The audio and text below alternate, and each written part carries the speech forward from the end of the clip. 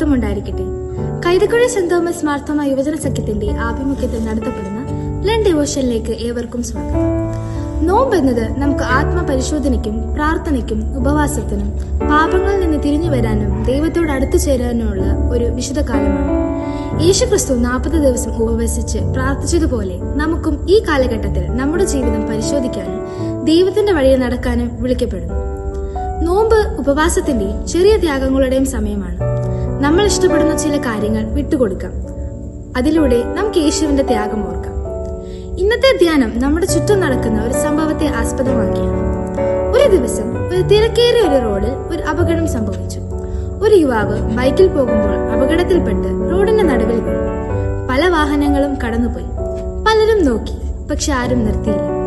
ചിലർ വീഡിയോ എടുത്തു, ചിലർ ഭയന്ന് മാറി നിന്നു, പക്ഷെ ആരും സഹായിക്കാൻ മുന്നോട്ട് വന്നില്ല. അവസാനം ഒരു സാധാരണ മനുഷ്യൻ അവൻ തന്റെ ജോലി മറന്ന് സമയം നോക്കാതെ അവന്റെ അടുത്തേക്ക് ഓടി അവനെ ആശുപത്രിയിലേക്ക് കൊണ്ടുപോയി അവന്റെ ജീവൻ രക്ഷിച്ചു. പ്രിയ സഹോദരങ്ങളെ, ഈ സംഭവം നമ്മോട് ഒരു വലിയ ചോദ്യം ചോദിക്കുന്നു. നമ്മൾ കാണുന്ന വേദനകളോട് നാം എങ്ങനെ പ്രതികരിക്കുന്നു? മറ്റുള്ളവരുടെ കഷ്ടത നമ്മെ സ്പർശിക്കുന്നുണ്ട്. പലപ്പോഴും നാം ഇത് എന്ത് കാര്യമല്ല എന്ന് പറഞ്ഞ് മാറി നിൽക്കുന്നു. പക്ഷേ നമ്മുടെ യേശു തമ്പുരാൻ അങ്ങനെ ചെയ്തില്ല. യേശു ക്രിസ്തു എപ്പോഴും വേദനിക്കുന്നവരുടെ അടുത്തേക്ക് പോയി അവരെ സ്പർശിച്ചു, അവരെ ഉയർത്തി. വിശുദ്ധ മർക്കോസ് എഴുതിയ സുവിശേഷം 12-ാം അധ്യായം 31-ാം വാക്യത്തിൽ ഇങ്ങനെ പറയുന്നു: നിന്റെ അയൽക്കാരനെ നിന്നെ പോലെ സ്നേഹിക്കണം. നാം നമ്മെ സ്നേഹിക്കുന്ന പോലെ തന്നെ മറ്റുള്ളവരെയും സ്നേഹിക്കണം. അവരുടെ വേദന നമ്മുടെ വേദന ആയിരിക്കണം. അപ്പോഴാണ് നമ്മുടെ വിശ്വാസം സത്യമാകുന്നത്. ഈ നോമ്പ് കാലത്ത് നമുക്കൊരു തീരുമാനമെടുക്കാം.